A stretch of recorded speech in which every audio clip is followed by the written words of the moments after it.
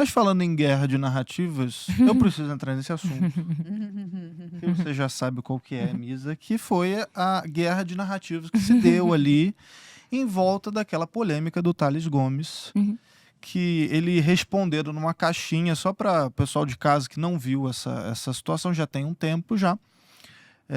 Tem uns 5 meses isso, né, Misa? Ano Setembro. passado, ano Setembro. passado. Ele respondendo numa caixinha a respeito de mulher, CEO, aquela coisa toda, ele soltou a famosa frase, Deus me livre, mulher CEO. E aí teve uma negativa ali rapidamente, né? Eu acho que o que pegou mal, talvez, para essa resposta dele é que o próprio G4 é uma empresa que forma líderes e tal. Tem muita mulher que faz os treinamentos e que quer ser líder, CEO e etc.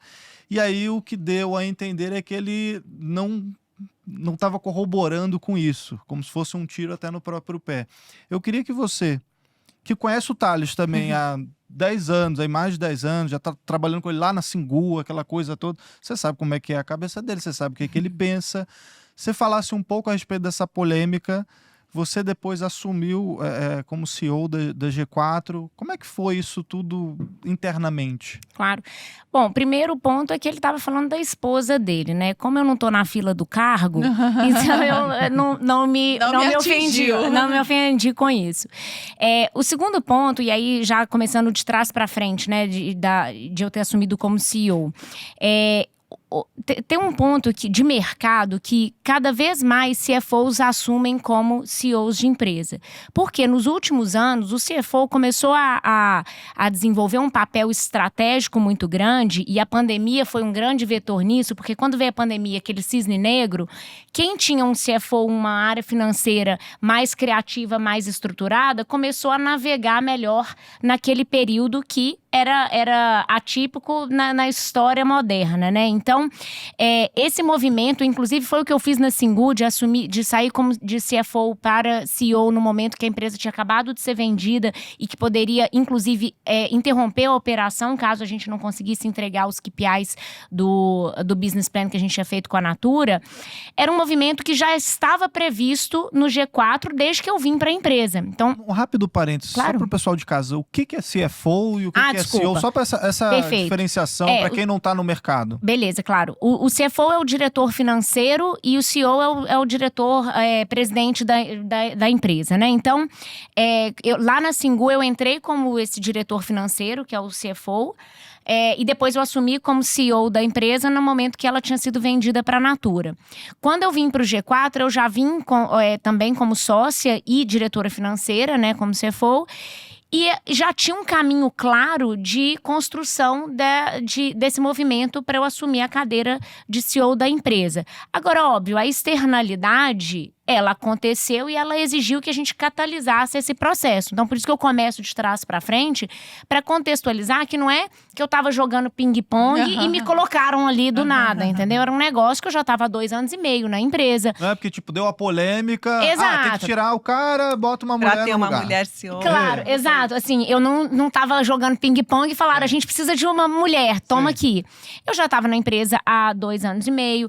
Da porta pra dentro, esse movimento de alteração Surpreendeu de posição ninguém, né? não surpreendeu, porque eu já estava fazendo, como diretora financeira, como CFO, como sócia da empresa, eu já fazia parte de todas as discussões estratégicas de longo prazo. Eu lidava com as áreas mais importantes da empresa, que é a finanças, né? Que garante que a empresa continue tendo fôlego financeiro para continuar existindo.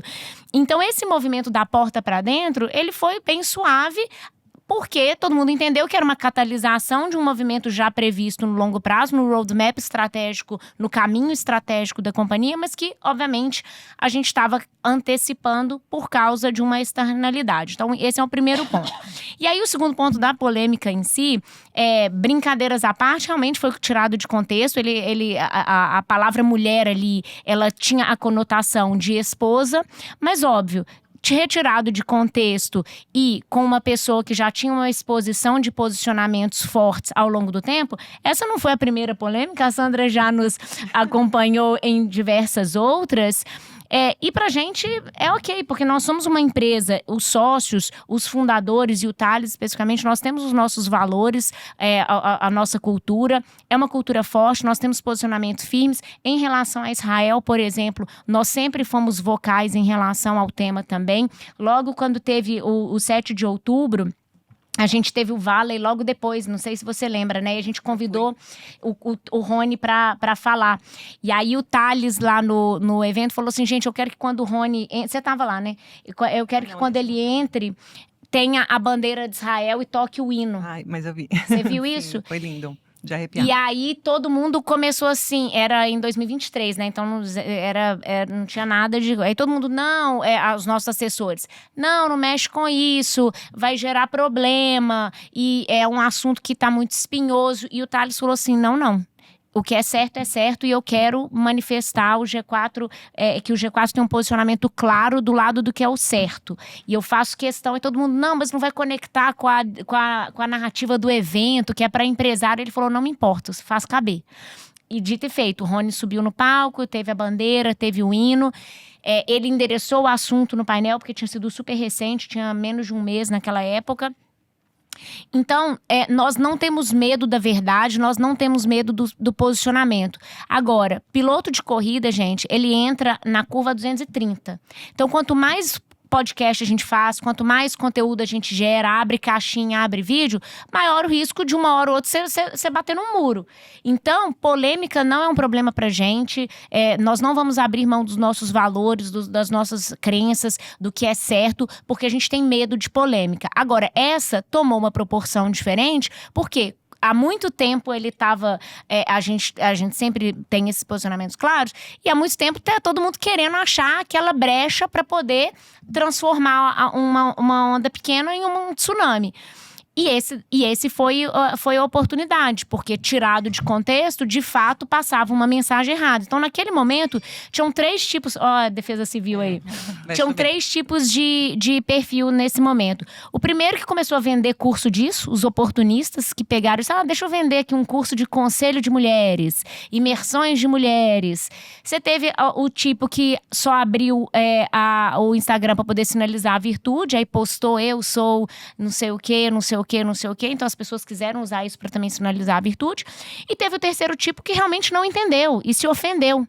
Porque, de fato, tirado de contexto, as pessoas realmente acharam que ele estava falando da capacidade de uma mulher. Uhum. O que é um disparate, uma mentira, porque desde 2018, eu acabei de contar várias histórias, inclusive 3 gestações que eu passei em negócios com o Thales, em sociedade com o Thales, em que isso, de forma alguma, me desabonou ou me onerou de alguma forma num contexto profissional. Só que isso te retirado de contexto, realmente teve gente que caiu na narrativa e acreditou que ele estava fazendo uma ofensa pessoal a elas. Então, por isso que a gente teve que reagir de uma maneira diferente de outras polêmicas que a gente teve, que a gente falou assim, gente, não vamos abrir mão dos nossos valores. Luiz, ainda no assunto, dando uma de advogado do diabo aqui. Uhum. Dado que o perfil dele é público e ele já é uma pessoa que expõe muito as convicções dele, os valores, aquela coisa, você não acha, assim, que você tem que redobrar, talvez, o cuidado com algumas palavras, o jeito de... Porque eu acho que não foi nem o que ele disse, necessariamente, ali nesse caso, tá?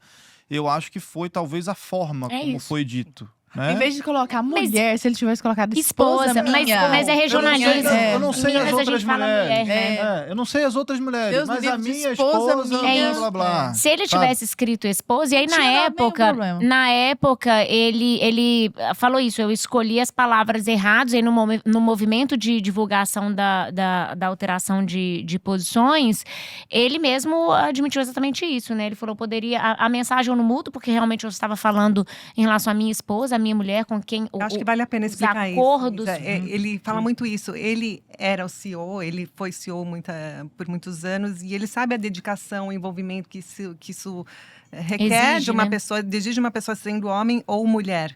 E o que ele não queria para ele, naquele momento, era uma esposa dele que fosse um CEO, acordo consensual entre 2 adultos Sim. que estão formando uma família, né? Então isso na época ele reforçou. De fato, não muda. é um acordo pessoal dele, quem somos nós para entrar na vida familiar das outras pessoas. Só que ele mesmo comentou que eu escolhi as palavras erradas e por isso eu abri o flanco para que quem estava esperando provavelmente isso há muito tempo usasse isso contra mim.